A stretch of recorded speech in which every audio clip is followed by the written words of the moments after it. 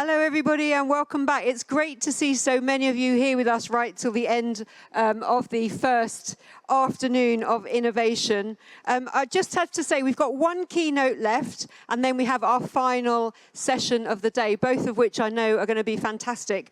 But I have also been told to remind you again of the reception afterwards, which will take place outside. And just to confirm, there will be alcohol available at that reception. So please do stick around and enjoy the reception with us. But we have two treats before we get to the networking reception. The first of which, it's my real pleasure. We have heard from Christina before. I know how fabulous she is. Christina Cabale, who is Vice President and Senior Partner for IBM Global Public Sector, one of our partners today. I'll invite you up to the stage, Christina. Thank you so much. Thank you, thank you. Thank you so much. Okay, good afternoon, everyone. Thank you again to the Global Government Forum for organizing this amazing event and to the UK government. It's a great pleasure being here with you today. And as per my introduction, I'm leading the global public sector in IBM Consulting. So I work with government clients around the world with more than 170 countries. And I would like to start my keynote today with a quote that I love, and I think it's so suitable for the times that we are living all together. And it's like, if we move to the, okay, I'm going to do that. If we move to the next chart, I wanted to start with this quote. First, of course, say how beautiful the city of London is. And let me say, never allow a good crisis go to waste, because it's an opportunity, it's a unique moment to drive innovation that matters. And innovation that matters is important for my team, not only because we are devoted to the success of governments, but also because we want to make a difference in the world, like Kat Little was saying this morning. We have been for years, being inspired, like many other forward-thinking leaders over times, like Roosevelt, Churchill, even Machiavelli during the Renaissance. All these forward-thinking leaders, we've been inspired by this quote. And it's with this inspiration that my team and I were undertaking a research all over the world, so involving more than 630 leaders in 44 countries. Our purpose was to launch what we call the Future Shocks Initiative. So we have been analyzing different kinds of shocks or very disruptive events that have happened in the last years and that have been driving innovation, have been the catalyst for innovation for governments all over the world. And when we talk about future shocks, it's already like shocks that we are seeing due to the very turbulent times we are living, whether it is emergency management, whether it's all kind also of supply chain disruption. We have also, unfortunately, armed conflicts, wars in the world, very difficult geopolitical situation, but we have also cybersecurity threats. We have climate-related resilience action we need to take, and we have all kind of workforce disruption that we've been also talking, like new technologies, new skills that we need to develop, the need for more cross-border collaboration between governments, and this is also what my team and I are dedicated to. We have been working with these governments around the world, and one important thing I wanted to note is that we've worked with different missions and functions, and that we on purpose, deliberately, we're choosing leaders that have been in their positions for the last years. And our research focused on the last 5 years, so especially how we became stronger with the global pandemic and what kind of innovation took place during the pandemic and since the pandemic until now, so for the last 5 years. And we learned that there are certain governments that outperformed peers during these 5 years. And our goal was what makes these outperformers be more successful is there anything we can learn? So lessons learned, best practices from those that kind of had a recipe for success during these last 5 years. One important aspect that we found out is that there is a kind of a consensus across government leaders. So 60% of the government leaders that participated in our study agreed that shocks have only started, so shocks will increase in frequency, and 70% of the leaders agreed that shocks will also increase in their intensity and impact moving forward. So that's also a kind of a wake-up call for all of us, for the public sector leaders and for the industry companies that we collaborate with governments to take action, to see what's needed so that we can be better prepared for the future, so we can build some government resilience and at the same time prepare for, anticipate all what can produce this emergency situation or disruptive situation. The piece of good news is that we saw that over the last 5 years, no matter which government function, no matter geographies, on average, all over the world, we were improving. We were building mission capability. So governments were able to satisfy citizens and to fulfill their missions in a more effective way. And this, on average, has been consistent and gives us also this perspective that there has been a lot going on in the last 5 years. The piece of bad news, or bad, is that we see that in the last half a year, this situation has been a little bit stagnating. So if we compare with the pace of evolution and innovation in the last 5 years, we need to speed up so we cannot fall into complacency. And we kind of realize that under pressure, like where we were in the global pandemic, we were kind of making all our best to move forward, but now we need to speed up again. One very important finding, and I will leave you also access to more details about our studies, is that we identified 2 groups out of this sample of the 44 countries that participated in our study, and we identified what is the transformation group, and we also identified the slow and steady group. And these 2 groups represented the 10% best government leaders around the world and the kind of slower 10% of the whole sample, right? Like the 2 extremes of the sample. And then we said, let's focus on the transformation group. Like, let's learn what the transformation group did that was different and try to build these recommendations to build government resilience. And what would be this recipe for success, if you let me call it this way. And we realized, based on the criteria of performance, that of course was mission capability, readiness rate, and embedded we have criteria like innovation, agility, we had data management, we had, very importantly, also quantitative measures of success like the employee engagement and the citizen engagement, the number of citizen transactions fulfilled, so all kind of measures to get to this mission capability rate.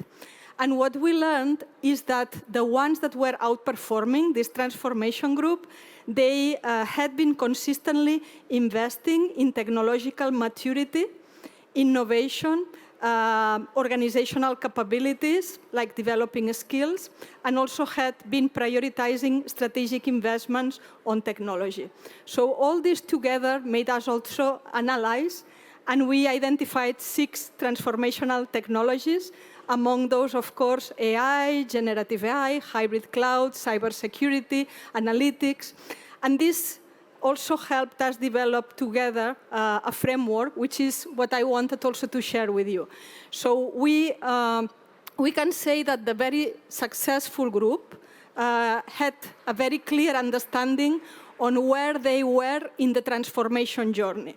And this is not only about digital transformation, but it's also about becoming a cognitive government or an AI-enabled government. And we had many discussions today with great speakers on how we can automate, how we can get AI more embedded into what we do, always with a human in the loop, but trying to get acceleration in this transformation journey. So the governments that outperformed had a very clear understanding on where they were in the digital transformation journey and where they wanted to be in a few years' time, where they wanted to be in 3 years' time, in 5 years' time, because planning is everything, right? If you plan, you are better prepared for anything that might come in the future. So this top-down approach was critical. And then what we developed also together with the transformation group were different frameworks to develop this top-down approach. And we here in this room know that government is an industry of industries, so a single framework does not apply to everyone, but we had a kind of a framework for each of the government segments. So we had a framework for tax and revenue management, one for public safety, one for social services, national infrastructure, and then we helped the transformation group develop this top-down approach on how to develop a strategy, right, on where we want to go in the next years. Another important aspect is not only enough to have the top-down strategy, but it's very important also to have the bottom-up strategy. And for this, we analyzed across the transformation group, which have been the key case studies, the key use cases of success. And then we group them also by government segment and by benefits category. So what we want to achieve and in which government segment we are operating. So if we operate in treasury, in tax, or if we are operating in emergency services, in public safety, so which are like the key use cases that will bring us the most important benefits and where we can start already building so that this top-down strategy on where we want to be in 3 or 5 years' time and the bottom-up strategy of experimenting with very concrete, very tangible use cases that can demonstrate the value of applying AI, generative AI and new technologies into our processes, into our business, into our way of doing things. One lesson learned was also that we need a kind of a group that we call the Center of Excellence, which is helping orchestrate both strategies, right? So we will have a group that is more focused on experimenting and picking up the best case studies to demonstrate the power of these transformational technologies. We will have another group more focused on the forward thinking, what will happen next. But we will always need a kind of a program office. We called it Center of Excellence of AI, that will define skills gaps, what actions need to be taken to transform the workforce, also the governance, how we can implement new governance models that will help us structure the transformation to an AI-enabled government, accelerators, assets. So we were also analyzing how the use of accelerators or industry-specific assets that the industry can bring to the government can help speed up also this transformation journey. And finally, well, last but not least, we've talked about it extensively. Of course, the selection of the right foundation models. So, or a combination of many foundation models or one specific purpose foundation model that is trained for a specific mission. So this is what we do with the Center of Excellence for AI. And I think that it's needless to say that we are here all convinced that we need innovation. And there are some fundamental aspects of innovation that will never change, and it's the method.